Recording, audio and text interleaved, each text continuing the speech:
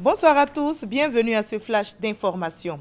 La communauté internationale dédie une journée aux albinos. La deuxième édition de cette journée de sensibilisation à l'albinisme aura lieu demain lundi 13 juin. Elle a été instituée par les Nations Unies pour sensibiliser le grand public aux difficultés rencontrées par les albinos et à lutter contre le rejet qu'ils peuvent parfois subir dans certaines sociétés. Dans le cadre justement de cette journée, notre reporter Grace Kando a rencontré des albinos. Ils parlent de leurs difficultés. Ils sont l'objet de stigmatisation et de discrimination. On en reparlera largement ce soir à 20 h. Une autre lutte est engagée à travers le monde, c'est la lutte contre le travail des enfants. Cette journée célébrée aujourd'hui, dimanche 12 juin, a pour but d'attirer l'attention de tous, de trouver des mécanismes qui vont renforcer la lutte contre le travail des enfants dans les chaînes de production. Le thème retenu cette année, éliminer le travail des enfants dans les chaînes de production, c'est l'affaire de tous. La Côte d'Ivoire, notre pays, s'est engagé à venir à bout du travail des enfants. C'est ce que nous explique Éric Ogoré. Éliminer le travail des enfants dans les chaînes de production, c'est notre engagement. C'est le thème du panel relatif à la journée mondiale de lutte contre le travail des enfants en Côte d'Ivoire.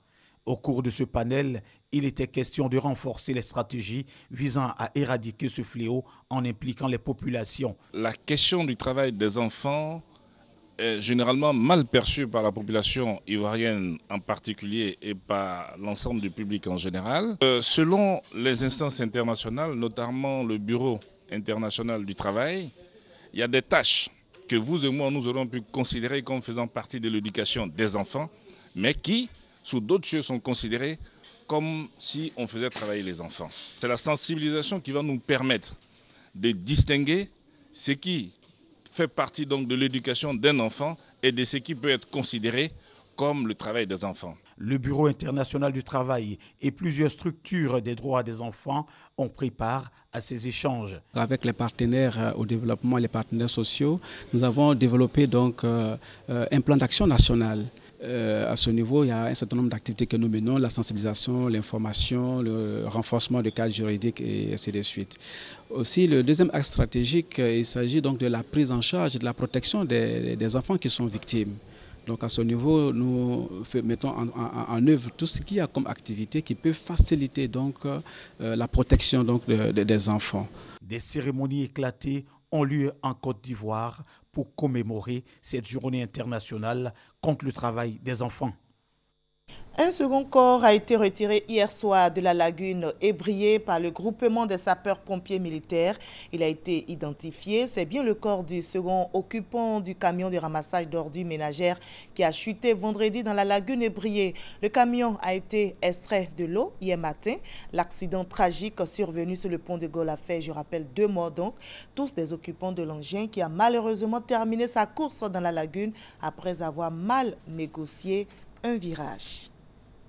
Hors de la Côte d'Ivoire au Mali, de nouvelles violences meurtrières ont eu lieu dans le nord du pays. Au moins 8 personnes ont perdu la vie. Mais que s'est-il passé réellement? S'agit-il d'affrontements entre groupes armés ou bien d'une embuscade tendue? Mais par qui? Aucune certitude pour le moment. Et selon des témoins sur place, les personnes ont été tuées par des hommes armés.